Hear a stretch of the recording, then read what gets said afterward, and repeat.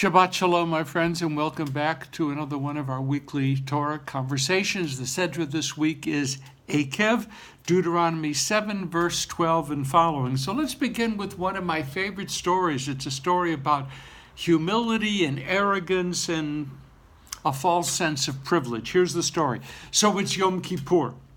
The rabbi and the assistant rabbi are bowing low before the Aron HaKodesh, the Holy Ark, in something resembling sincere repentance.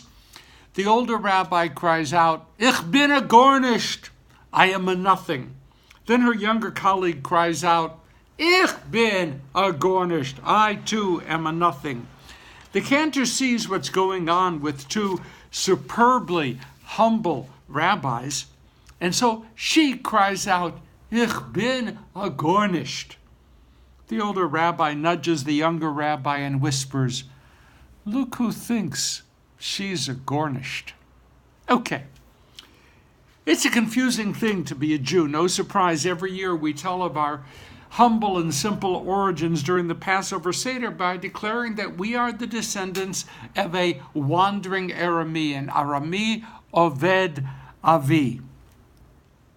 Our founding father was a nomad, a gornisht. That's us.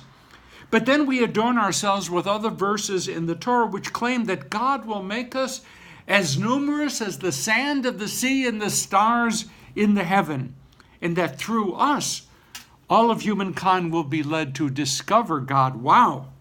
Now that's not Gornishkeit. Not by a long shot. We are an Am Segula, God's own special treasure. It says so right in our sacred text. We are the best of the best. But then those same narratives in the Torah come right back at us and pound at us by describing how this Am Segula, this treasured people, builds golden calves and mounts rebellion after rebellion against God, while constantly whining that whatever God gives us in the desert just isn't good enough. So who are we really in God's eyes? Are we a gornisht? Are we a treasure? A misplaced and unfortunate divine bet like that suggested at the beginning of the book of Job? A carefully selected instrument for universal redemption? All of the above? None of the above? A careful reading of this week's Sedra can be of great help here, but the results may not be all that gratifying. Our Sedra does begin in grand fashion. If the Israelites maintain and perform all of the mitzvot contained in the Torah, this is going to be a glorious world for us. Baruch tiyeh mikol ha'amim. Will be more blessed than any other nation on earth. Okay, that sounds great. Am Segula. That's who we are. Our lands will be fertile, our families will be healthy, our enemies will be defeated. We will eat our fill even as we drink fine wine from our vineyards. Our clothes and our shoes will never wear out. It's bad for the fashion industry, but good for us. Good stuff. But here it comes.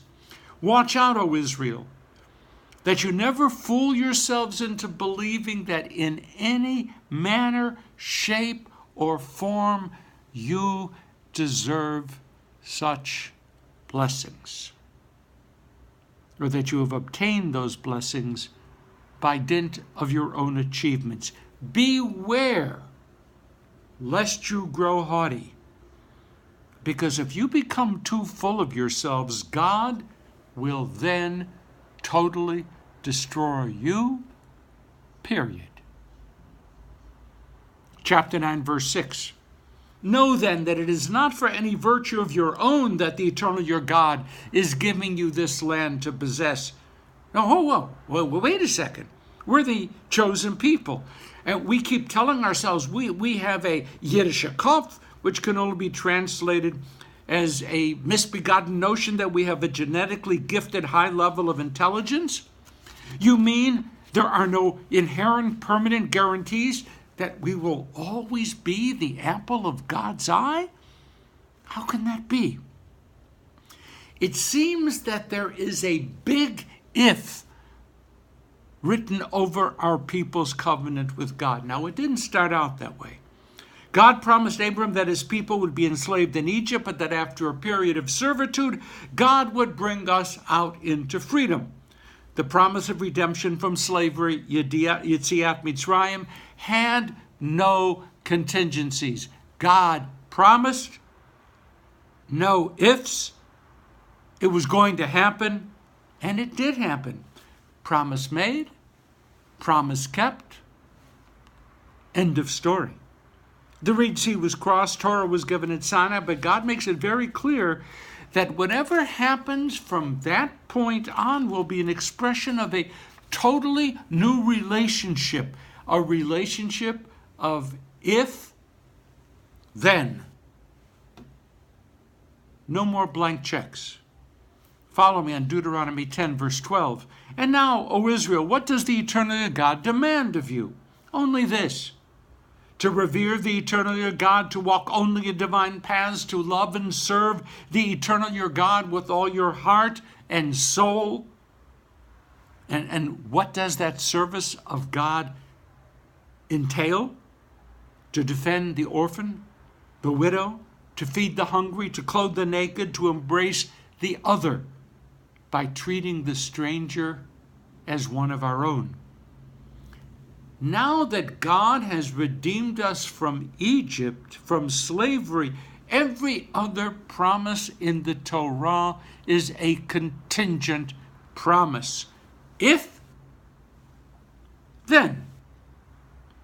You will either earn that promise or you will suffer more than anyone else. Why more? Because you cannot claim ignorance of the truths that hold our world together. You have permanently encountered God in Egypt and at Sinai. Permanently and personally. You know that there is a God, that God exists. Knowing the reality of that existence places a terrible burden upon us. We have been drawn close to God. And there is no place on earth more dangerous than close proximity to God. When we look about us in 2018, how easy it is to mistake our current well-being as an expression of how things always will be. No Jewish diaspora community has ever lived in the kind of freedom that we possess today in the United States, in Canada, Australia, UK, France. Of course, anti-Semitism has far, far from disappeared. Of course. Of course we battle bigotry and exclusionary practices, but not even during the Golden Age in Spain did we have it this good.